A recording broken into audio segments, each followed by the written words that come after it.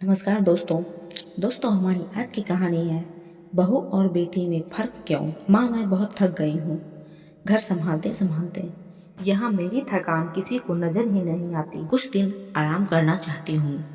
सोच रही हूँ कुछ दिनों के लिए अपने मायके आ जाऊँ। आते हुए अपने बच्चों को भी साथ ले आऊँ। वे वहीं से स्कूल चले जाएंगे। आखिर एक ही शहर में ससुराल और मायका होने का कुछ तो फायदा होना चाहिए। नीलम ने फोन पर अपनी माँ से कहा।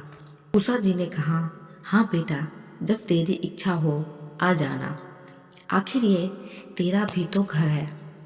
ठीक है माँ, तो मैं कल ही आ जाऊंगी।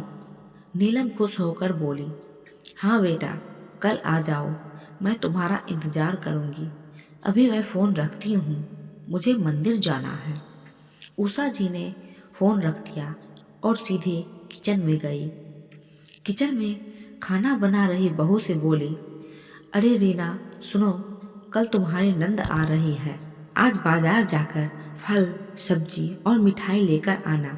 बेचारी मेरी बेटी ससुराल में नौकरों की तरह काम करती है और उस पर कोई ध्यान ही नहीं देता। यहाँ आएगी, कुछ दिन रहेगी तो उसका मन और तबीयत दोनों अच्छे रहेंगे। सास के मुंह से ऐसी बात सुनकर रानी का चेहरा उतर गया।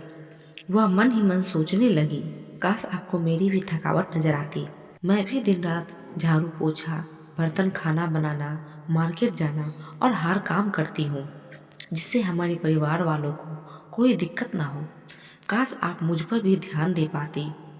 आपकी बेटी तो जब मन में आता है तब यहाँ आ जाती है, लेकिन मैं साल में एक बार ही अपनी माँ के पास जाती हूँ, तब भी आपको प्रॉब्लम होती है। मैं भी इंसान हूँ, मेरा भी मन है।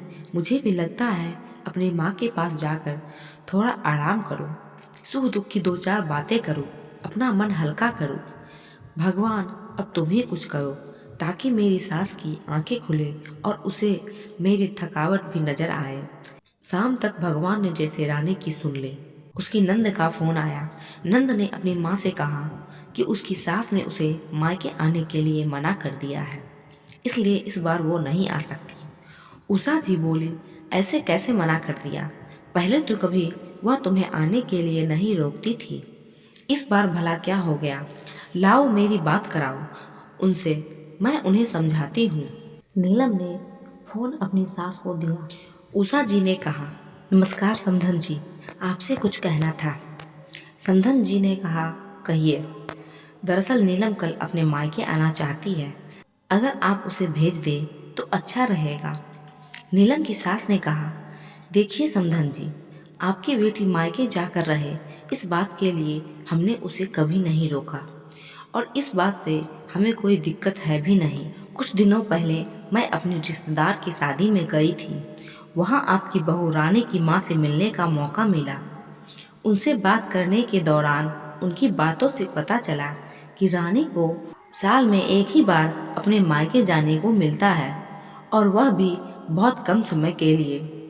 मुझे लगता है आपको पहले रानी को उसके मायके भेज देना चाहिए और जब वह मायके होकर आ जाएगी तो मैं नीलम को आपके पास भेज दूंगी। एक बहुत जरूरी बात जो मुझे लगता है आपको समझ लेनी चाहिए कि आपको अपनी बहू को भी बेटी की तरह या बेटी से भी ज्यादा प्यार देना चाहिए। उसे भी मायके जाने की इच्छा होती होगी। हो सकता है नीलम के वहां आने से उसकी आवाभगत करने के लिए आप उसे उसके मायके नहीं भेजती होंगी, या फिर वह आपसे कुछ कहने से अभी डरती हो। अगर आप उसको घर में ही कैद रखेंगी तो एक दिन ऐसा आएगा जब वह आपके खिलाफ बोलने लगेगी, फिर वह आपकी सुनेगी भी नहीं और जब चाहे तब अपने मायके जाएगी। ऐसी परिस्थिति आए, इससे अच्छा है कि आप ही कुछ बदलाव अमल में लाएं, जिससे आपका रिश्ता और रिश्ते की मिठास खराब ना हो। उषा जी को अपने समधन के हर एक शब्द में सच्चाई नजर आई। उन्हें महसूस हुआ कि उन्होंने अपनी बेटी के प्यार में अंधे होकर कभी भी अपने बहू के मन का विचार नहीं किया। उन्होंने हमेशा ही अपनी बेटी को अपने बहू से ऊपर रखा। दूसरी तरफ नीलम भी अपनी भाभी के बारे में हो रही इस बातचीत को सुन रही थी। उसने भी महसूस किया कि वह कभी भी अपनी भाभी के साथ ठीक से बात नहीं करती और जब जब वह मायके जाती है तो भाभी थोड़ी उदास रहती है। उषा जी ने अपनी बहू को बुलाया और उससे कहा कि रानी कुछ दिनों के लिए नीलम नहीं आने वाली है, इससे पहले तुम अपने मायके होकर आओ। यह सुनते ही रानी का चेहरा खिल गया, क्योंकि यह पहली बार था जब उसकी सास ने सामने से उसे अपने मायके जाने के लिए कहा था। अगले दिन रानी अपने मायके गई और इस बार 1-2 दिन नहीं, पूरे हफ्ते भर रहकर आई। अपने माँ बाप से, अपने रिश्तेदारों से मिलकर आई और जब वह लौट कर आई तो उसका चेहरा खिला हुआ था, उसकी आंखें चमक रही थी। रानी के आने के बाद नीलम भी अपने मायके आई और इस बार वो खुद सामने से अपनी भाभी से खुशी खुशी मिली और अच्छे से बात की। नीलम ने अपनी माँ से बात करके उन्हें भी अच्छे से समझने में मदद की कि वह कहीं न कहीं रानी के साथ गलत व्यवहार कर रही थी। दूसरी तरफ रानी अपने ससुराल वालों के बदले व्यवहार से बहुत खुश थी। अब वह खुशी खुशी सबका ध्यान रखती और हर काम प्यार से करती।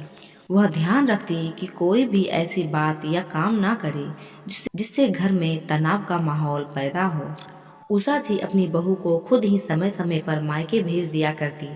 एक छोटे से बदलाव ने सास बहू और भाभी नंद के बीच की कड़वाहट को दूर कर दिया एवं रिश्तों को और भी ज़्यादा मीठा और मजबूत कर दिया।